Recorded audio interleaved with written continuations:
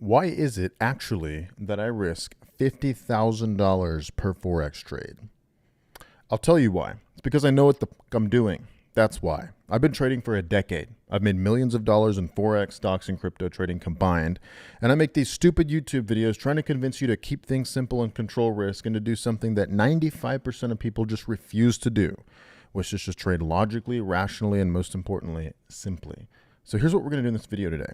I'm going to show you two trades I'm in right now, and let's start with Euro GBP.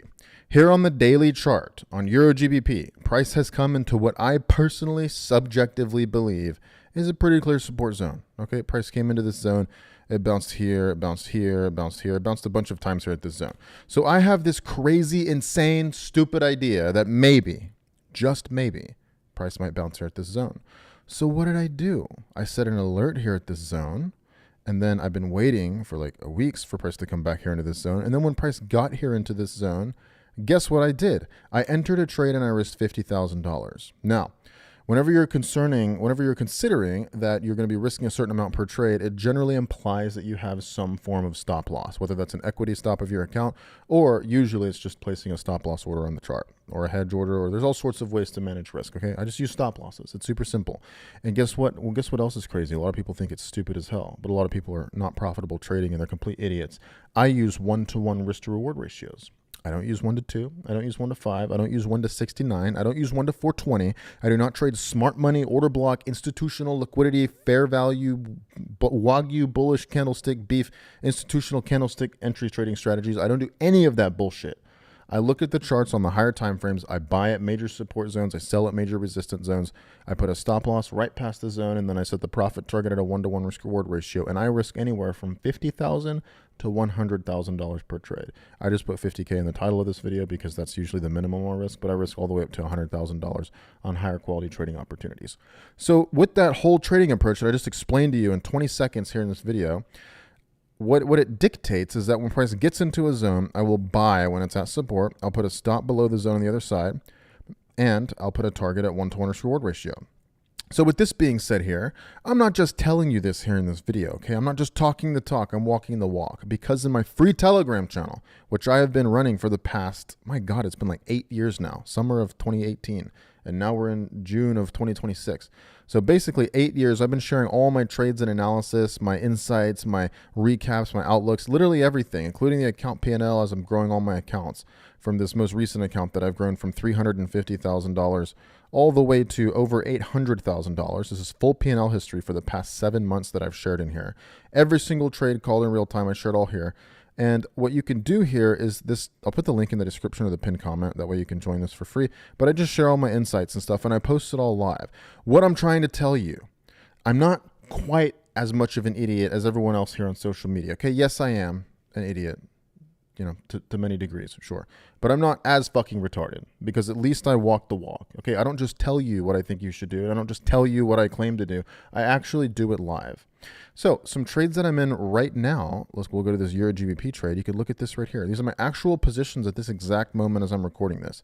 We actually have Euro GBP in profit now. So forgive me. Forgive me for lying. It's actually in more profit right now. So for Euro GBP, we're in buys, and on Euro USD, we're in a buy. I'm going to show you the exact entry on my terminal. So check it out. Euro GBP, we can see this is my MetaTrader 5 terminal with my brokerage. It's on the daily chart. And we go down to here. I bought here at the support level. So you can see my entries right here at support. Stop loss below, target above at 1-to-1 risk reward ratio. And with this position sizing, I'm risking $50,000 on this trade. And you can see right here, this is how I call it out here in my private Discord server. 8:18 a.m. this morning, all my exact specific trades are here in this Discord. I'm long Euro GBP here at the support as planned, 50K risk. And then previously, yesterday, I believe it was yesterday, yesterday at 12 p.m. basically, noon, Euro USD got here into this zone. I bought Euro USD here at this zone. In this case, you can actually see, since it was just one entry, I just dragged the stop loss down. You can see $50,000 risk for about a $50,000 profit target. So 1-to-1 risk reward ratio, risking $50,000 on this trade. And that was the entry right here. The account balance was a little bit higher yesterday, right? Because now we got some trades in drawdown. But I share everything here. It's super plain and simple. There is no mental gymnastics. There's no relying on a bunch of expectations and fundamental events and macroeconomic outlooks and risk on, risk off sentiment and economic news releases. I don't do any of that bullshit. I look at the damn chart. If price gets into a major support resistance zone and it looks like it's starting to bounce, I simply just take a trade. I cannot predict which way price is going to go for the life of me. I have tried to for years. My win rate barely sits around 50% long term.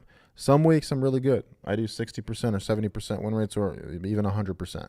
But the more time you drag out, I sit at basically around a 50% win rate. So you may be asking, oh, Nick, how are you making money if you only have a 50% win rate, bro, and a 1-to-1 risk reward ratio because you're going to break even and then you get commissions and fees and swaps? Here's how I make money. When price starts going towards the profit target, I hold it. I hold my winners. I hold it to the 1-to-1 risk reward ratio like 90% of the time. If it starts going against me towards the stop loss, here's the crazy part. This is what makes it profitable. I get the fuck out of the trade. That's basically what I do. If it starts going sideways at a resistance zone after I enter, I don't hold it. I just close the trade, and it's usually a break even. If it starts going against me a little bit, I get out of a small loss. Maybe it's like a 1/3 of the way to the stop loss. If it starts going even further against me, like halfway to the stop loss, get out there. So my losses on average are very, very small. We can't say very small, but my losses are significantly small enough compared to the profit targets whenever I get them met, that my average win is roughly speaking about maybe double my average loss. That's what it comes out to be. So Nick, why don't you just use 2-to-1 risk reward or 1-to-2 risk reward ratio? The reason being is because you can't dynamically manage your trades as well if the stop loss is closer. So it's just a personal preference for me. If you want to use 1-to-2, 1-to-5, 1-to-10, 1-to-50 billion risk reward ratio, you go for it. You be my guest. I'm going to keep doing the same thing that's worked for me for years. The thing that I've made millions of dollars with, which is just support resistance zones and 1-to-1 risk reward ratios, and then a little bit of dynamic trade management based on the context and based on my experience. So I basically just enter buys and sells at support and resistance zones in the higher time frames with 1-to-1 risk reward ratios. If it starts going towards the profit target, I hold the trade. And if it starts going against me, I try to get out of the trade a little bit early. It's very, very simple. So I'm in both of these trades right now. We'll go back to the trading view chart to look at it. This is the trade on EuroGBP, and this is where it's at right now, right? My entry is here at the zone. Maybe it's a little bit higher or something like this, but 1-to-1 risk reward ratio. If we go up and hit the profit target, cool. And if not, I'll try to get out early. I'm trying to get out at break even or a small loss. Now, I'm also in this Euro USD trade. This is looking like it might not be a winner. My entry is like up here around these previous lows, and it has broken below. It actually has not broken below. We have these sets of let's just say lows coming in the zone. But the thing is, we have this most extreme low down here and this previous area of resistance where we had price fine. So I'm giving it a little bit of room. And if we start breaking below here much further, I'll probably just get out of this trade early. It currently for me sits in about a $25,000 drawdown. So this is not, I mean, well, yeah, it's close enough, right? It sits in about a $25,000 drawdown for me based on where current market price is at now at this point while I'm making this video. So if we go down much further, I might be able to get out of this at like $30,000, $35,000 of loss. The stop loss is at $50,000 just below this zone. And if you just want to see the exact trade parameters, you could just go here. You can screenshot this. You can figure everything out for yourself and you can see. Euro USD, it's the weekly chart. That's where the stop is. That's where the target is. So we're about, right here. So basically like about halfway to the stop loss. We're going to see what happens though. You can see I've given the trade enough room to quote unquote breathe. I don't try to smother my trades with super tight stops and risk reward ratios. The price is not perfect. The market doesn't respect these little stupid rectangles we draw on the charts to the exact pip. Like you have to give it a little bit of room for price to fluctuate and things to kind of go back and forth a little bit before moving into profit or begin moving sideways and then against you. Then you can just close at like break even or a small loss relative to whatever the profits are. So that is Euro GBP and Euro USD. I have bought at support zones. I spent the first 15 minutes of this video telling you that I just bought these two at support zones. That's how simple it is. But of course, you guys wouldn't appreciate the video if it was only 30 seconds long. You'd immediately skip it off and casually dismiss it. But since I just, created this word salad of content and all these justifications and arbitrary speculations and assumptions based on a little bit of evidence as well as my personal experience, you have sat here so far and you've been told in a very long form format by Nick Sean himself, staring at you with reflective sunglasses and a hat, telling you that you should just buy at support and sell at resistance. So you do whatever the hell you want. Trading is risky. Most people lose money. So I can't guarantee you anything. But this is what I do. Now, next up, I'm looking at USD CHF. This is a very interesting one. You know why it's interesting? Because it's actually not interesting. It's just a sell at the resistance right here. This is all we're doing. When price gets here in this resistance zone, I'm going to be looking to sell. I'm going to put my stop loss above the zone, somewhere like that, right? So the entry might be a little bit lower after it gets moving. Stop loss will be above the zone. I think, that's good right there. And then a take profit at 1-to-1 risk reward ratio. Now, Some people will ask me, Nick, how exactly do you determine the exact location, the scientific quantitative hedge fund analysis to determine the exact stop loss location based on the average true range and the average daily range of the pair, and then you divide that by the square root of the mean reversion of the asset and this and that. Look, here's all I fucking do. I look at the chart, and if it looks like price is going to break above a zone and then move into an area where it's past all the previous highs and it's clearly past the zone, that's where I set the stop loss. Okay, it is just based on visual speculation, because that's really all you have as a manual trader. When you try to quantify everything, shit's just not going to make sense. It's better to use your intuition and discretion as you get experience. Am I going to put a stop this close to a zone? No, usually not. Price all the time can have these little spikes past zones, and it can throw you out on stops, even though the trade is completely valid. So I don't like to play that game of getting stopped out on shit like that. I'm also not going to put my stop way the hell up here, because if price breaks above the zone, right, it's going to break above the zone. You're going to know way before that stop loss that's probably time to get the fuck out of the trade. Now, and then if you actually held the stop to that, right, you can get out early. Like this is what, over 1,000 pips? Yeah, there's just no need to have a stop loss that far. So we take these extremes. We know it's not that. We know it's not this. And then we start dragging it down a little bit lower. And we start just asking ourselves, look, if price breaks past this zone, not immediately just above it, but if it breaks past it, has a good break past it, where would be a reasonable area to get out? In my opinion, based on my experience, and I know this is all subjective and dynamic, somewhere right here, somewhere in this region. That allows us to get to the highs of the zone, to break a little bit past it and not be invalidated, and then it would have to go even further to hit the stop. Having a stop all the way up here, that probably wouldn't be necessary. You'd probably be getting out somewhere much further down here. Now, the wider the stop is, the less chance you are going to get of hitting your stop loss, right? But if your stop is way the hell up here, your take profit for a 1-to-1 has to be all the way down here. And, this is a daily chart. How long could this take? For price to move this far in the past, it took, how long is this? 98 days?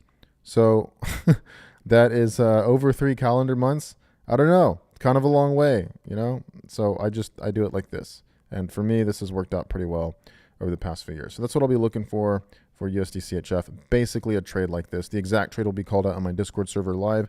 And I, as always, will post the analysis and the recap and the outlook and everything here in Telegram, like I do. Like I've been doing for 8 years. I cannot believe I've been running the Telegram channel that long. I was using Telegram before people knew Telegram was a thing. That's crazy. I can't believe it's been 8 years. All right, USD/JPY. I have a question mark here on my chart. That way, the fact that I did that means that, I planned this video out slightly. I don't really like planning things, but I planned this video out slightly. That way it had something to talk about. USD/JPY is technically at a resistance zone. And so I have had swathes of zombies. That's such a mean way to talk about people who follow my trading content. I've had I can't say swarms. I'll say I've had a large number of gentlemen and women ask me, Nick, I'm concerned as to why you're not entering USD/JPY. So here's the reason I haven't entered USD/JPY. It's just because I get a weird feeling based on my intuition, okay? And that's all manual trading. That's all subjective analysis. There's no scientific, quantitative, black and white way to determine that. There are no absolutes in trading. There is no rights or wrongs or good or bads. It is just based on your subjective analysis and interpretation of price action. So here's one of the reasons I didn't sell like right here. And I covered this in a previous YouTube video. I'm going to do it again just to entertain you. All these bullish wicks here coming up into this resistance zone, it made me be a little bit nervous about like selling right here. So I ended up skipping that trade. It ended up going sideways here for like a week or two, maybe like 2 weeks, before then breaking above. So cool. I avoided a losing trade by not selling at this resistance zone on the daily, which is actually perfectly valid. I had a little bit of a bounce, but not enough to have given us a profit target. Okay, great. Now, why am I not selling up here? We're at the weekly zone, right? This is the area. This is where the cool kids are coming to play. Everybody's smoking some stuff up there, and everybody's snorting some stuff, and everybody's drinking some stuff up here at this resistance zone. It is a party. This is like we got USD/JPY go to this major resistance zone before we got GTA 6. This is how beautiful this resistance zone is. But so why the hell am I not selling? Okay, so whenever we look a little bit closer in here, we see that USD/JPY came up into this zone, and we closed with a pretty big bull candle here into the zone. Yes, we had a little bit of a wick, a little bit of sell sensitivity, but we closed pretty bullish here into the zone. The next daily candle, which happened 2 days ago, was a bull candle. Maybe not a bull candle, but a bullish wick right on the bottom of the candle, meaning we tried to go down, pushed up, closed right there. The next candle was a bull candle with the close a little bit higher than the previous candle. Now this current candle is currently painting a little wick, and it is 11:41 a.m. The market closes in precisely 4 hours and 19 minutes. It doesn't close, but it's just the Asian session changeover at 4 p.m. Central Standard Time, where the daily candle will conclude and we will get the data and we'll then be presented with the next candle. And so with this right here, this is looking like, as long as it stays right here and we don't have some crazy move to the downside, it's probably going to be closing bullish. This is just on the daily chart. Is that good price action for this zone? Hell no, it is not. You know what's better for this zone? Is watching some shit like this where you have repeated wicks and repeated refusals and failures to go higher, followed by bear candle starting to go down. Now, to be fair, I don't always wait for the daily candle to close before entering a trade. And as a matter of fact, I usually don't do that. You can tell with the 1 hour a lot easier, which I'm going to actually break down here in a second. But you want to see price start to push away from the zone and start to kind of fail here. When you're seeing big bullish wicks like that, it's not a good idea to hold. The only issue with waiting for the daily candle closures is shit like this. If the price pushed up here into this zone and then immediately we had a huge bear candle just drop away from the zone. Now, mind you, this is July 2024. This is about 2 years ago. But still, we had that big drop. There's no way. You're not going to be entering down here after the daily candle closure, right? It's way away from the zone. The trade has already taken off. What we're currently seeing right here at this resistance zone in USDJPY, the price action just makes me a little bit suspicious. This is not a trade I want to bring home to mom and dad. My mom would scold me. She's already scolding me because, I've lost so much money in crypto the past 7 months that she told me I couldn't move back in. So I'm going to have to get a shittier condo. But it's okay. We're going to work something out. Maybe take out a little payday loan or something. But right here with the USDJPY, we can see that price has made higher lows coming into this zone. So right, we had the first test there, pushed up, quick, aggressive, higher low. Came back, higher low. Came back, higher low. Even had this aggressive move down, pushed up, boom, with these big little bullish wicks right here before then coming up here. Now we have another higher low. This is not the kind of price action that tells me, yeah, USDJPY is super bearish right now. Now, could this change? Sure, this could change, right? We could have price maybe crack below all these recent lows. So it could do something like that. Then it could have a desperate push up to try to come back up and then fail and start making a lower high. At that point, that might be a better time to get short. That might be enough evidence to say, okay, now we look like we're going to be going to the downside. So an entry can be taken, maybe like somewhere in here, somewhere in this region, right after that shit happens. So somewhere like right here. That could be the case. But for now, that's literally not happening at all. We have nothing but just straight bullish price action. We have all these higher lows coming into the zone. And, if price was going to drop, it would have done it right there. Worst case scenario, it would have done it on the second try right here. Now, could it still happen? Could we get the third, fourth, fifth try where USDJPY drops before we get GTA 6? Yes, that could absolutely happen. Is it likely to happen anymore? No, because usually what happens is the first or second time it gets into a zone, you'll just see it like turn away from the zone. We'll go back here just to illustrate my point here in the previous time price was here at this region. Now, this is not a clear support resistance zone at the time, right? Because you didn't have any reference point. But what I'm just saying is when price bounces from a specific area, it generally does it pretty quickly. So whenever price got here into the zone, we started tugging away. We came back up to the zone, started tugging away. So I had higher lows in here, no reason to take a trade. Made a new high, but then we had a quick drop down, knocked out the previous lows, tried to push back up, made a lower high, came down here, tried to push up, made a lower high, lower low, lower high. At that point, this becomes a region where it's a little bit better, right? It becomes a region where you can say, like, okay, maybe now I can enter in here because price has stopped. It hasn't broke the zone. It's making lower highs. The buy side liquidity, this is just to say the bullish price action has begun to kind of fade out and wear out, right? There's all these ways to put it into words, but all you're doing is you're basically just making sure price does not just immediately break the zone the moment that price gets into it. Because if price is going to break a zone, it's usually going to happen pretty quickly. It's usually just going to rocket through the zone, especially when price is headed to the downside. I've noticed that price tends to fall a lot quicker than it rises. I have no idea why. People say because greed is more powerful, or what do they say? They say fear is more powerful than greed. And so people will sell and get out of positions quicker than they will do it. But that doesn't make sense in Forex because Forex is mainly just used to like hedge with swaps, and it's not really a speculative market. And most people who are having positions in Forex trading are like large corporations and governments, and they're not even looking at charts. So it's kind of foolish to say that, it's like the same thing as a stock. But this is all nuance that you guys really don't give a shit about. Neither do you need to know, because here's all you need to know. I've got the blue pill and the red pill here in front of you, right? You can call me Neo or whatever the other guy's name is. So I'm going to present you with saying, like, look, the blue pill is you keep telling yourself all this bullshit. to continue like trying to trade and trying to tell yourself that, oh, you know, you can predict what the market makers are going to take price. Or you can take the red pill, and the red pill is just me basically saying you have no fucking clue what's going to happen. All you have to do is just get into trades where you have a relatively low risk entry, and then if price starts going against you, try to close a little bit early, make your average loss smaller than your average win, and then when price does go into profit, try to hold it to your 1-to-1 risk reward ratio profit target. That's the red pill. The red pill is probably the most rational thing you could ever imagine when it comes to Forex trading, you know, at least in this example, right? You're just like, but Morpheus, it's not that crazy, and there's not the matrix, and it has a grip and control over everything. Nothing has a control over everything. This is a market where free people and institutions and organizations and governments place trades in, and they're not even really trades. They're just basically like hedge orders to hedge against like currency fluctuations. Nobody's betting on everything crashing and they're going to have a long-term trend going this way or that way. Okay, that's true in some cases, but most cases, no. It's not like the S&P 500 index or like large cap US stocks in the S&P 500, like the top 10 companies. It's just not like that. Forex just moves around back and forth. It's a very steady state market. You have volatility spikes. You have all sorts of shit going on. Trying to sit there and convince yourself that the institutions are trying to manipulate your trade to hit your $20 stop loss is absolutely fucking delusional. Okay, so I'm telling you, you don't need to do that. Okay, again, I've already administered the red pill to you. Do you get to choose the red pill or blue pill? Absolutely fucking not. You're watching this video, you're choosing the red pill. The red pill is just say, you know what? We don't know which way price will go. We're probably not going to be right any more than half the time because it's just 50-50 random chance. It's going to go up or it's going to go down. Basically a coin flip. So we have to get into trades where we have a good risk structure, meaning just buy and sell at major support resistance zones in the higher time frames. Have a stop loss below the zone or above the zone respectively. Have a take profit after you set the stop at 1-to-1 risk reward ratio.